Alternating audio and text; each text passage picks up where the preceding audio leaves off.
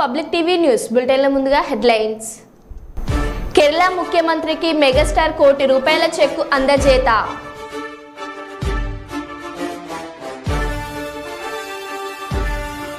బెంగళూరు పర్యటనలో ఉన్న deputy CM Pawan Kalyan సంచలన వ్యాఖ్యలు.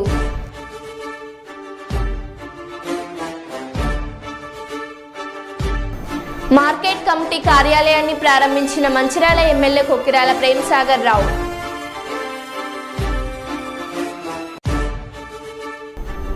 స్వచ్ఛదనం పచ్చదనం కార్యక్రమాన్ని పగడ్బందీగా నిర్వహించాలి జిల్లా కలెక్టర్ రాహుల్ శర్మ.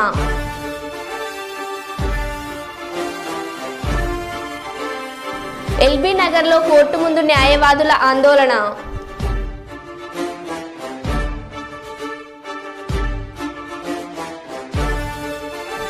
కుప్పం తిరుపతి నూతన బస్ సర్వీస్ ప్రారంభించిన ఎమ్మెల్సీ కంచర్ల శ్రీకాంత్.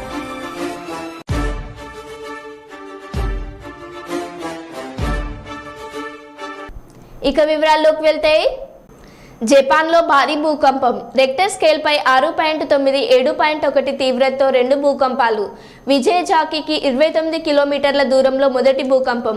విజయజాకీకి 20 కిలోమీటర్ల దూరంలో రెండో భూకంపం. సముద్రంలో 33 కిలోమీటర్ల లోతున్న భూకంపం కేంద్రం. సునామీ వచ్చే ప్రమాదం ఉందంటూ జపాన్ వాతావరణ శాఖ హెచ్చరిక జారీ చేశారు.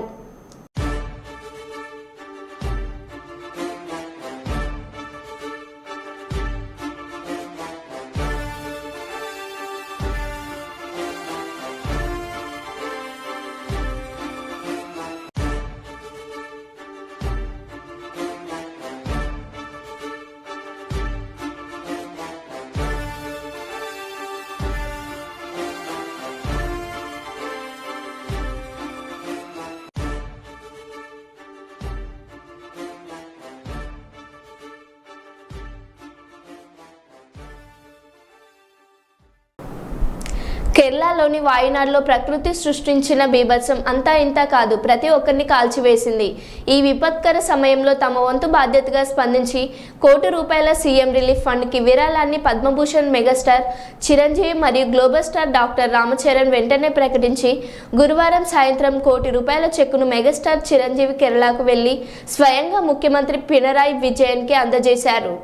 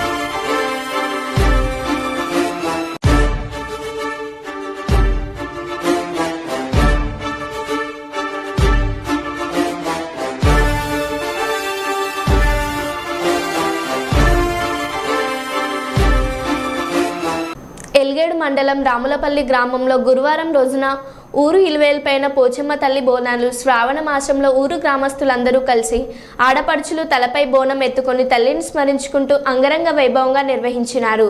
ఆ పోచమ్మ తల్లి పిల్ల పాప గొడ్డు గోద అందరిని చల్లగా చూడాలని, పాడి పంటలు మంచిగా పండాలని తల్లికి బెల్లం శాకం కళ్ళు నైవేద్యం సమర్పించి బోనం చెల్లించుకున్నారు. ఈ కార్యక్రమంలో భక్తులు పెద్ద ఎత్తున పాల్గొన్నారు.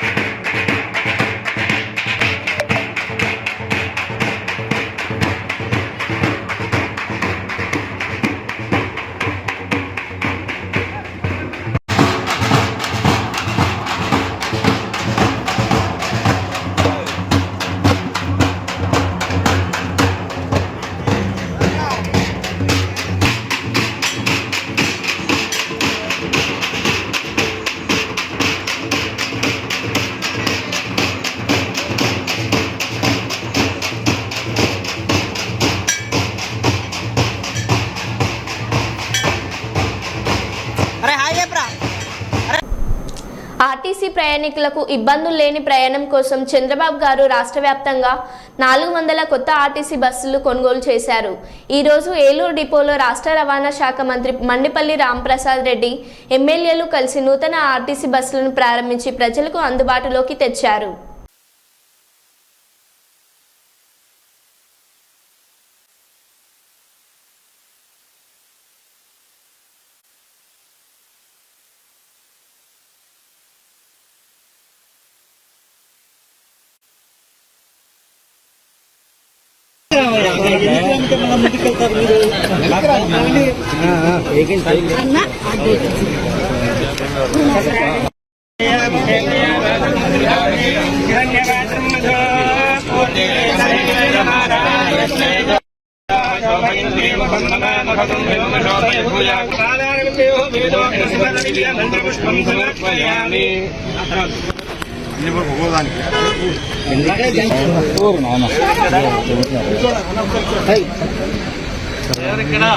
రాజు రాజు డ్రైవర్ రాజు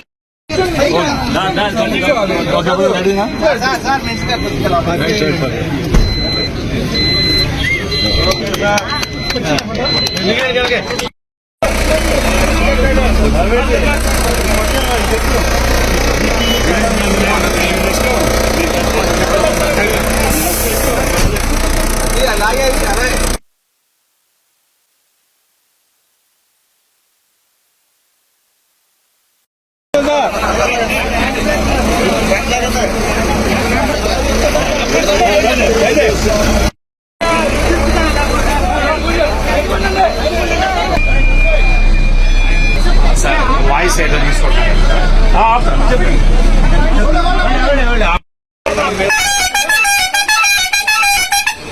బాబు ఇది జరిగిందమ్మా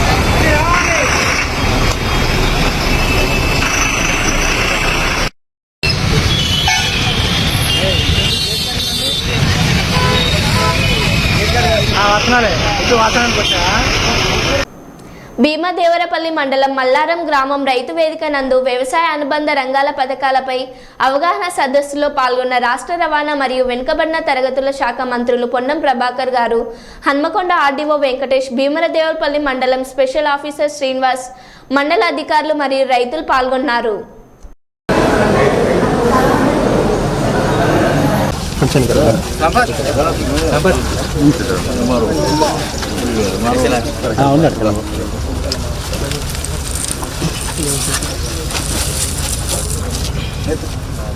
బ్యానర్ బ్యానర్ ఇంకా అదే పడుతుంది ఆట వర్క్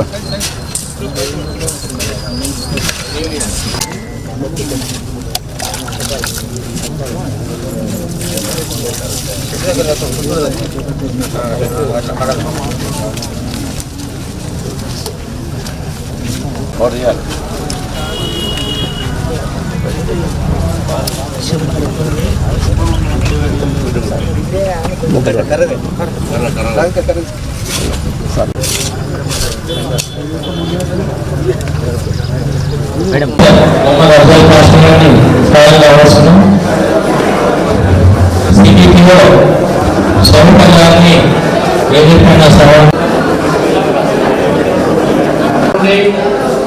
వస్తున్నటువంటి రైతులకు సంబంధించినటువంటి పథకాలు, రైతులకు మన ప్రభుత్వం తీసుకుంటున్నటువంటి రుణమాఫీ, ఇలా రైతులకు సంబంధించి రుణమాఫీ చేసిన తర్వాత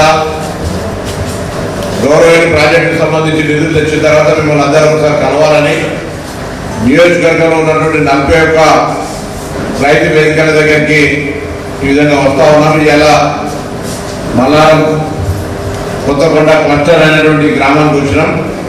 ఏవో గారు చెప్పినట్టుగా రైతులకు సంబంధించిన రుణమాఫీ గతంలాగా ₹1,00,000 4 కిస్తులుగా కాకుండా 2 లక్షల రూపాయల లోపల ఉన్నటువంటి వాళ్లకు మొదటిసారి ₹1,00,000 లోపల 99,999 రూపాయలు ఉంటే కూడా అందరికి ₹1,00,000 లోపల అందరికి ఒకటేసారి మాఫీ అయింది. దాని తదుపరి సెకండ్ ఫేజ్లో ₹1,50,000 అయింది. ఇప్పుడు ₹2,00,000 లోపల ఉండడం మాఫీ అవుతుంది.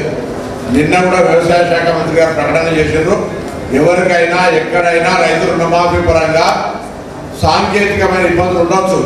బ్యాంకుల పేరు చక్కగా లేదనో, ఆధార్ చక్కగా జోడించకనో, బ్యాంకుకు ఆధార్కు చక్కగా లింక్ కాకుండా ఏదైనా ఉంటే కారణం చెప్పడానికి ఏఓల దగ్గర మొత్తం డేటా ఉంది. ఈ క్లస్టర్కి సంబంధించి మీకు ఏదైనా అనుమానం ఉండి రాలేదనే వాళ్ళు ప్రభుత్వం స్పష్టంగా ఎక్కడ కూడా దాచిపెట్టకుండా మీకు సంబంధించిన సమాచారాన్ని, మీకు ఉండబడేటువంటి ఒక అనుమానాన్ని సమస్యను పరిష్కరించే విధంగా మీరు సలహా చెప్తారు.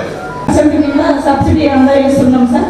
స్ప్రింక్లర్లకు కూడా 70% బ్యాంబు అంటే వెదురు మొక్కలు కూడా ఆసక్తి ఉన్న రైతులు మీకు మామిడి తోట అట్లా ఉన్నట్లయితే తోట చుట్టూ కూడా వెదురు మొక్కలు వేసుకున్నట్లయితే కూడా సబ్సిడీ ఉద్యాన శాఖ నుంచి అందజేస్తున్నాము. ఇన్ని స్కీమ్స్ నా ఫోన్ నెంబర్ కూడా మీకు చెప్తాను. ఇక్కడ ఉన్న వాళ్ళకి 8977 కొత్తగా వచ్చాను కాబట్టి నేను చెప్తున్నానండి. నా పేరు సుష్మిత. 8977140688 8977140688 సరఫరా అంటే 4 ఇస్తాం సార్ సబ్సిడీ కింద. రైతులు మాకు అప్లై చేసుకుంటే మనకి ఇక్కడ సిద్దిపేట ములుగు దగ్గర నర్సరీ ఉంది సార్. కాస్ట్ మీద మమ్మల్ని సంప్రదిస్తే మేము ఇచ్చేస్తాం. వాళ్ళు మొక్కలు 30 ఎకరాలు పెట్టినాయి జిల్లాలో. 30 ఎకరాలు పెట్టిన చూసినా ఇక్కడ మండలంలో హీల్డ్ ఆల్రెడీ 2-3 ఇయర్స్ ఉంటే చూపెట్టండి వాళ్ళకు. ఒకటేమో కోతుల మీద ఉన్నది. రోజు పొద్దుగాల అయితే పంచాయతీ రోజు పోయి లేబర్ ఉండి చూసుకునే అవసరం ఉంటుంది. అది ముందుంటే తెంపకపోయేది కాదు. రెండోది మళ్ళీ మీరు పండిన తర్వాత అమ్ముకోవచ్చు. అమ్ముకునేప్పుడు ఇప్పుడు 13,500 టన్నులు ఉన్నది. ఇంకా రేటు పెరుగుతుంది కావచ్చు. ఎందుకంటే ఆయిల్ ఫామ్ అనేది మనకు సపోజ్ మనం 1 కోటి లీటర్లు మనకు అవసరం ఉంటే 90 లక్షల లీటర్లు బయట కొనుక్కుంటున్నాడు. ఇదివరకు ఈ ప్రోగ్రాం యొక్క ముఖ్య ఉద్దేశం రైతులకు ప్రభుత్వ పథకాల మీద అవగాహన కల్పించి మిమ్మల్ని అట్లీస్ట్ ఇందాకనే సార్ చెప్తున్నారు త్రూఅవుట్ కాన్స్టిట్యున్సీ ఒక 800,000 మంది రైతులను ఈ పథకాల ద్వారా లబ్ధిదారులుగా చేకూర్చి వారి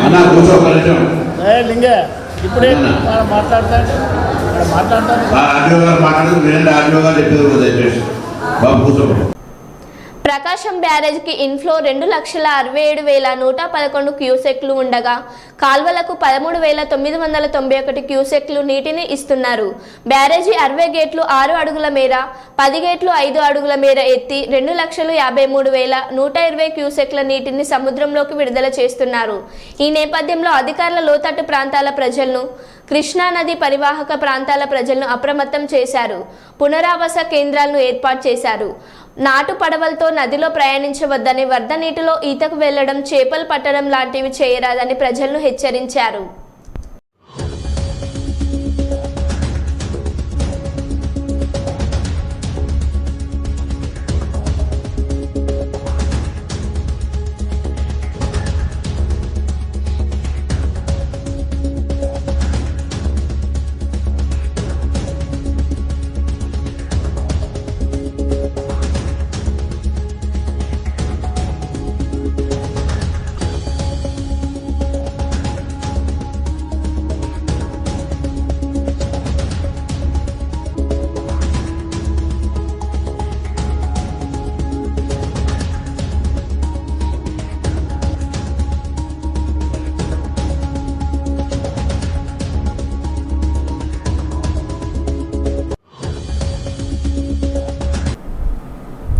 భద్రాద్రి జిల్లా ఇల్లందు పట్టణం ఇల్లందులపాడుకు చెందిన కందగట్ల భిక్షపతి 30 సంవత్సరాల పాటు సింగరేణిలో నిధులు నిర్వహించుకుంటూ రిటైర్ అయ్యారు.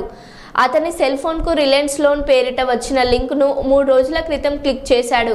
అనంతరం రిలయన్స్ లోన్ ప్రతినిధులమంటూ వచ్చిన ఫోన్ కాల్ నమ్మకపోగా ఆకర్షణీయమైన లెటర్ను పంపించి మీకు ఎటువంటి అనుమానం లేదని నమ్మించారు. 3 లక్షల రుణం వస్తుందంటూ తొలుత 5,535 కట్టాల్సి ఉంటుందని చెప్పగా చెల్లించాడు. రిజిస్ట్రేషన్ సివిల్ స్కోర్ సరిగా లేదని అంటూ వారు చెప్పిన మాటలు విని రెండోసారి 13,430 రూపాయలు, మూడోసారి 15,769 రూపాయలు 3 దఫాలుగా సైబర్ నేరగాళ్లు సూచించిన విధంగా 34,000 పంపించాడు. మరికొంతసేపటికి మరో 18,000 పంపించి ఉంటుందంటూ చెప్పడంతో తాను మోసపోయానని గ్రహించి వెంటనే సైబర్ క్రైమ్ ఆశ్రయించాడు. వారు భిక్షపతి ఇచ్చిన వివరాలతో ఫిర్యాదును నమోదు చేసి విచారణ చేస్తున్నామని తెలిపారు. పూర్తి వివరాలతో ఇల్లందు పోలీసులను సైతం భిక్షపతి ఆశ్రయించాడు. మీకు 2-3 లోన్లు ఉన్నాయండి, ఆ లోన్లో మీకు లోన్ రాదని చెప్పడం జరిగింది.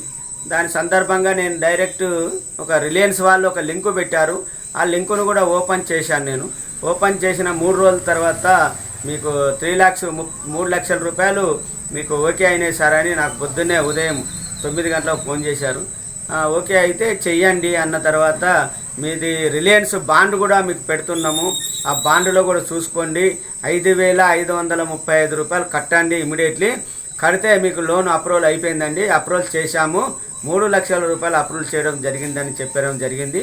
ఆ సందర్భంగా నేను కూడా వాళ్ళ యొక్క చెప్పే మాటలు అది కూడా తెలంగాణ భాషలో చెప్పడం వల్ల, ఏదో ఉర్దో హిందో ఏదో చెప్తే నాకు హిందీ ఉర్దూ రాదు, తెలంగాణ భాషలో చెప్పడం వల్ల వాళ్ళ యొక్క మాయ మాటలు విని నేను కూడా నమ్మి నా దగ్గర ఉన్న నా అకౌంట్లో ఉన్న డబ్బులు 5,535 రూపాయలు కొట్టడం జరిగింది.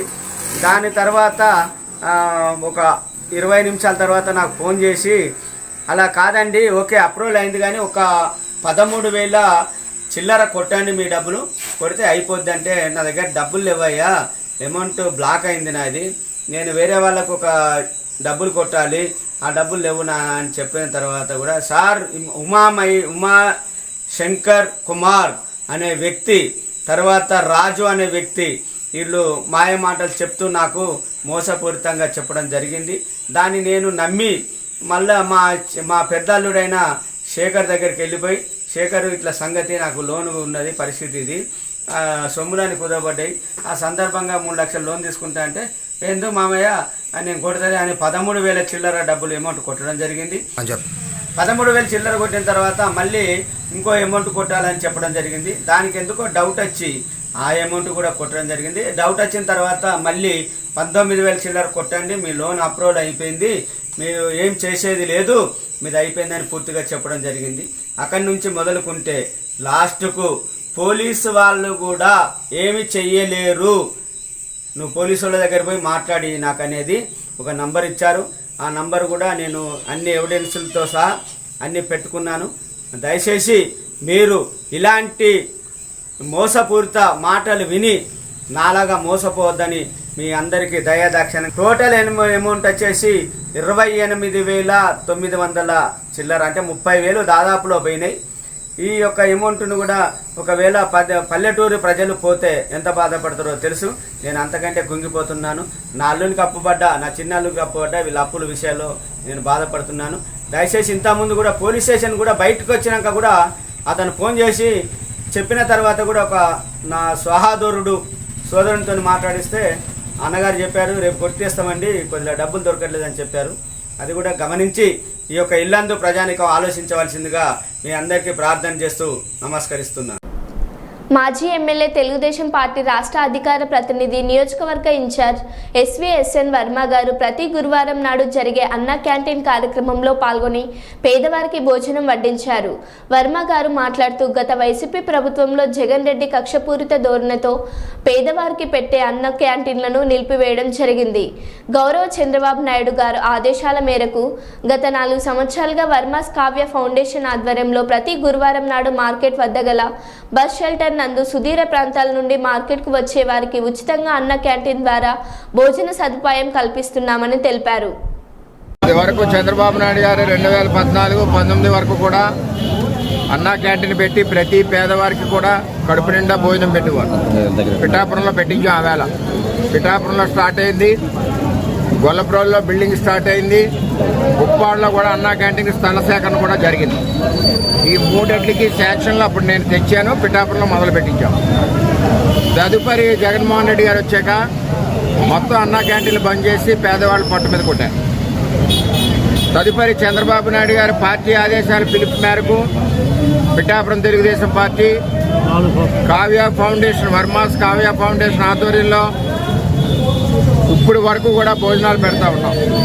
ప్రతిరోజు కూడా స్వీటు, ఒక పప్పు, ఒక కూర, బిర్యానీ కానీ పులిహోర కానీ, అదేవిధంగా రైసు, సాంబారు, పెరుగు మన ఇంట్లో చేసినట్టే అందరికి కూడా పెడుతున్నాం.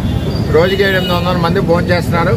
ఇది గత 4 సంవత్సరాల నుంచి కూడా తెలుగుదేశం పార్టీ వర్మ కావ్యాస్ ఫౌండేషన్ ఆధ్వర్యంలో పిఠాపురం పట్టణంలో పేదవాళ్ళకి భోజనం మేము ఈ రోజు వరకు పెడతా ఉన్నాం.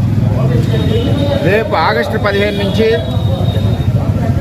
చంద్రబాబు నాయుడు గారు కూటమి ప్రభుత్వం మరి అన్నా క్యాంటీన్ ప్రారంభిస్తుంది. చంద్రబాబు నాయుడు గారు, పవన్ కళ్యాణ్ గారు ఆధ్వర్యంలో. అందువలన ఈ రోజుతో చివరి రోజు, అంటే గత 4 సంవత్సరాల నుంచి ఈ రోజు వరకు కూడా మేము పేదవాళ్ళందరికీ కూడా భోజనం పెడతానే ఉన్నాం. అంచేత వచ్చి మరి 15వ తారీఖు ఆగస్టు 15 నుంచి మన మున్సిపల్ కళ్యాణ మండపం దగ్గర ఉన్న అన్నా క్యాంటీన్లో ఉచిత భోజన వసతి కూటమి ప్రభుత్వం ఆధ్వర్యంలో ఉంది కాబట్టి అందరూ కూడా అక్కడికి రావాల్సిందిగా కోరుకుంటూ, ఈ 4 సంవత్సరాలు ఎంతో ఆనందంగా ఉంది. పేదవాడికి పట్టి అన్నం పెట్టడం. మరి నాతో పాటు తెలుగుదేశం పార్టీ కార్యకర్తలు, సోషల్ వర్కర్సు, అదేవిధంగా ఇక్కడ భోజనాన్ని చేయడానికి వచ్చిన పేదవాళ్ళందరికీ కూడా మరి ధన్యవాదాలు తెలుపుతూ, ఈ 4 సంవత్సరాలు కూడా అందరూ కలిసికట్టుగా ఏ రోజు కూడా ఇబ్బంది లేకుండా మరి ఇక్కడ చేయడం అది మా అదృష్టం. మా కార్యకర్తలు అందరూ కూడా ఆ విధంగా సేవాభావంగా చేసినందుకు వర్మ కావ్యాస్ ఫౌండేషన్ ద్వారా ఈ కార్యక్రమం చేశాం. ఇది కూడా చంద్రబాబు నాయుడు గారి పిలుపు మేరకు చేశాం. చంద్రబాబు నాయుడు పిలుపు మేరకు మొత్తం రాష్ట్ర వ్యాప్తంగా కూడా భోజనాలు పెట్టిన కార్యక్రమం జరిగింది. అంటే ఒక పార్టీ అధ్యక్షుడు యొక్క ఆలోచన, ప్రతిపక్షంలో కూడా పేదవాడి గురించి ఆలోచించే అధ్యక్షుడు చంద్రబాబు నాయుడు గారు. అటువంటి వ్యక్తి కింద పనిచేసిన కార్యకర్తలు మేము. అదే సంస్కారంతో మేము కూడా ముందుకి ఇక్కడ భోజన వసతి కార్యక్రమాలు మేము నడిపించాం. మరి ఈ రోజుతో ఆఖరి రోజు కాబట్టి మరి అందరికీ కూడా ధన్యవాదాలు తెలియజేసుకుంటూ, రేపు ఆగస్టు 15 నుంచి మరి మున్సిపల్ కళ్యాణ మండపం పక్కన గల అన్నా క్యాంటీన్కి రోజు ఎవరికి ఆకలేసినా అక్కడికి వచ్చి భోజనం చేయవలసిందిగా కోరుకుంటున్నాం. కుప్పం ఆర్టీసీ డిపోలో కుప్పం తిరుపతి బస్సు సర్వీస్ను ఎమ్మెల్సీ కంచెర్ల శ్రీకాంత్ ప్రారంభించారు. ఈ సందర్భంగా ఆయన రిబ్బన్ కట్ చేసి పచ్చజెండా ఊపి ప్రారంభించారు. అనంతరం ఆయన బస్సును నడిపారు. ఆయన మాట్లాడుతూ, ముఖ్యమంత్రి చంద్రబాబు ప్రయాణికుల సౌకర్యార్థం నూతన బస్సులను ప్రారంభించడం జరిగిందని తెలిపారు. ఈ కార్యక్రమంలో RTC DM Penchulayya, CIM Narasimhulu, TDP నాయకులు డాక్టర్ వెంకటేష్ మరియు కౌన్సిలర్లు జీమ్దామ్, జాకీర్, ఆర్టీసీ సిబ్బంది తదితరులు పాల్గొన్నారు.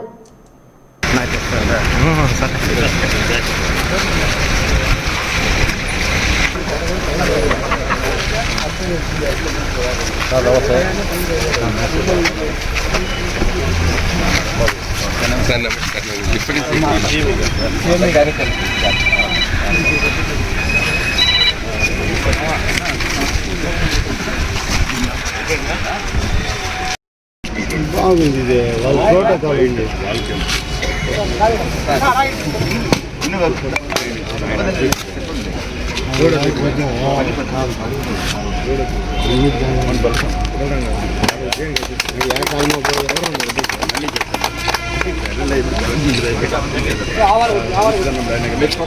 బాగా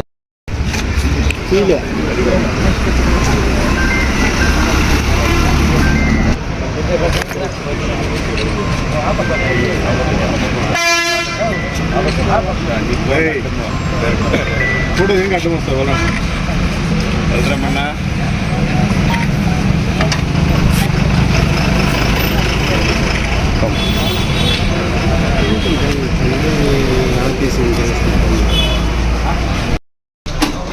మీడియా మీడియా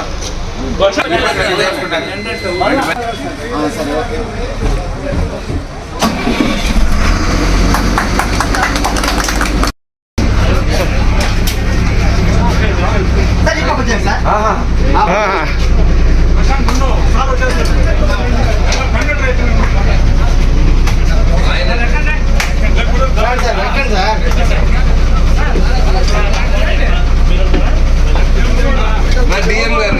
సార్ వస్తారు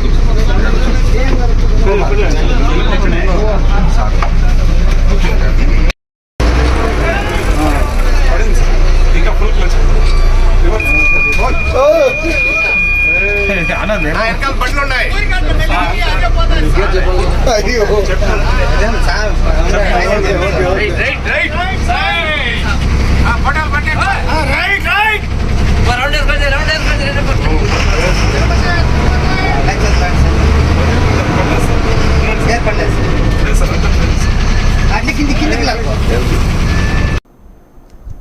మరో బులెటిన్లో మళ్ళీ కలుద్దాం. Stay tune.